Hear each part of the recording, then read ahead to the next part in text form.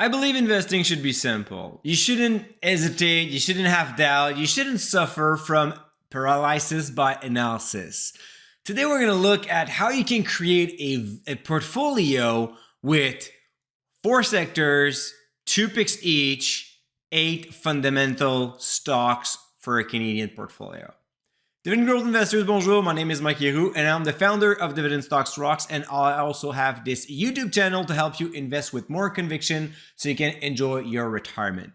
Speaking of conviction, it's a lot easier when you keep things simple, right? You don't have doubts, you don't go through like one channel to another, podcast to another, read tons of articles to build your portfolio. And there's a quick strategy that could make things a lot easier if you're Canadian and you're looking to create the foundation of a solid dividend growth portfolio.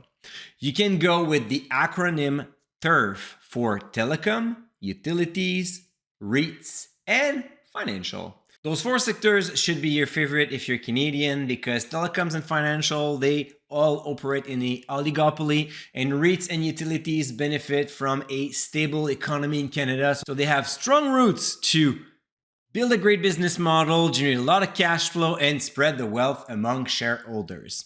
To start your portfolio, I've selected 2 of the best stocks for each sector, generating 3% yield minimum, a strong moat, and obviously a solid dividend triangle. So let's get started with the telecoms.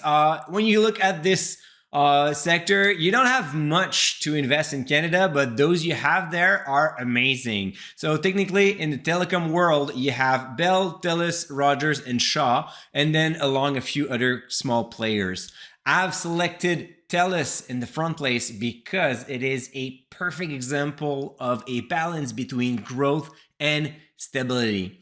The company is almost a pure play in the wireless industry, which generates the most of their revenue, but they also have other growth vectors.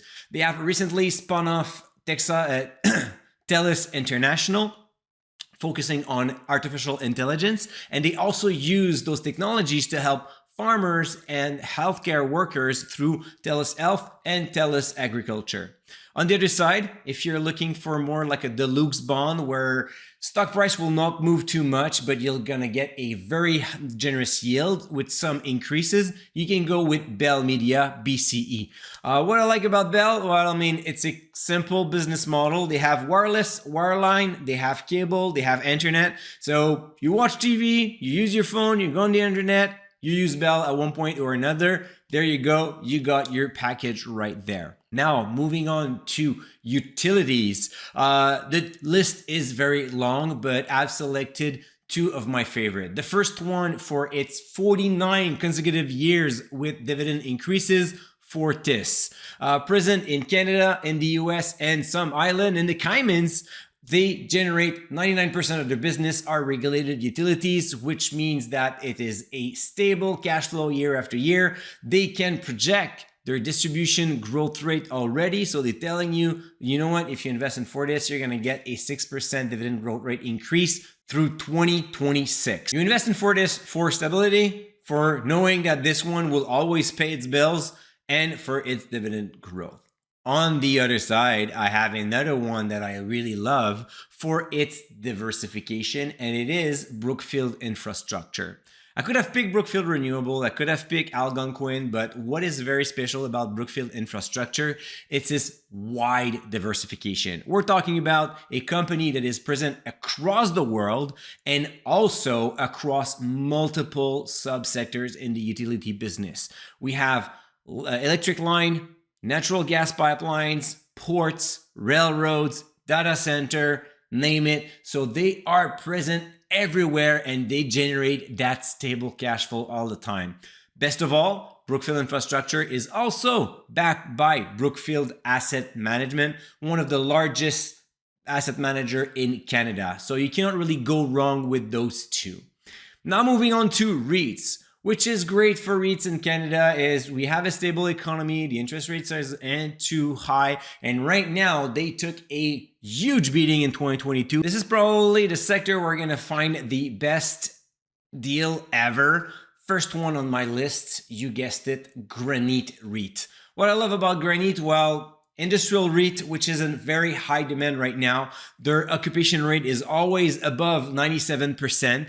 They used to be a very focused on Magna International, but year after year, they try to diversify a little bit more. So right now we have about 30% of revenue coming from Magna, which is still high, but they diversify with other high quality tenants such as Amazon. They specialize in warehouses, distribution center.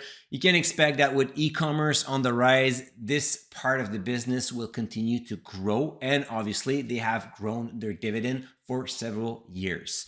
The other one on my list, another classic, Canadian Tire REIT, CT REIT. Why? Well, first, because Canadian Tire is an iconic brand in the retail industry in Canada. Second, because Canadian Tire is pretty much Amazon proof. They have invested a lot in their e-commerce over the pandemic, and now they also offer their own brands such as Mastercraft or Motomaster. So it's hard for Amazon to compete against them because they cannot sell those exact brands. CT REIT has a long history of dividend growth. They have most of them, they have Canadian Tire retail store, or they have grocery stores. So on both sides, very stable. If you wonder what's going to happen with the upcoming recession with higher interest rate, CT REIT will be a good sleep at night. Plus, it pays more than 5%. Last but not the least, financials. Financials, you have plenty of great Canadian banks to pick. My picks, you know them already if you've been following me on the channel. If not, I mean, what are you waiting for? Give me that thumbs up and subscribe to the channel. My favorite one of all time, National Bank. I know you're gonna tell me, Mike, you're from Quebec, you're just like rooting for your province, but if you look at the past 3, 5, 10, 15 years, total return, National Bank is on top of the line. It's also on top of the line in terms of payout ratio right now, and also in terms of dividend growth for the past 5 years. You cannot find a better dividend triangle in the banking world right now. National Bank has growth vectors pretty much everywhere through capital market, international businesses, and wealth management. Another one that I really love for its diversification and its size, as opposed to National Bank, is Royal Bank. Why? Well, Royal Bank is first or second largest player in most industries in the financial world. They have about 50% of their revenue coming from interest income, so the classic savings and loans, but they also have the other 50% coming from wealth management, capital market, and insurance. So I love that diversification. I love that they have one foot in the United States. And I like the economy of scale that you cannot find at National Bank. So once you have looked at those 8 companies, you already have a very solid dividend growth portfolio.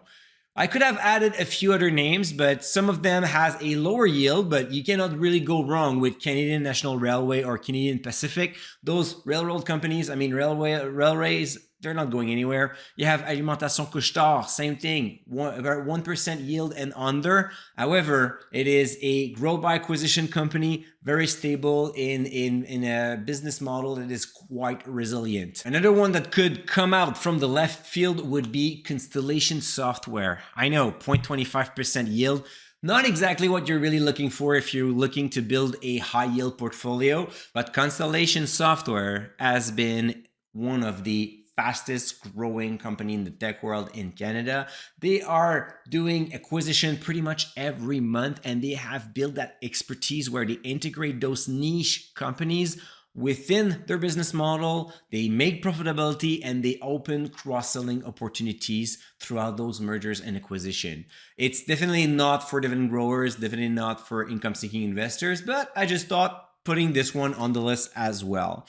Obviously, I could have picked a lot more companies from other sectors, but I think that if you keep it simple, if you play on the strength of Canada, which are utilities, telecoms, REITs, and financials. Yes, I purposely forgot energy. I mean, let me know in the comments which one would be your sleep well at night foundation stocks for the next 15 years. Imagine that you buy those stocks, you close the market, and then you reopen your brokerage account only in 15 years from now.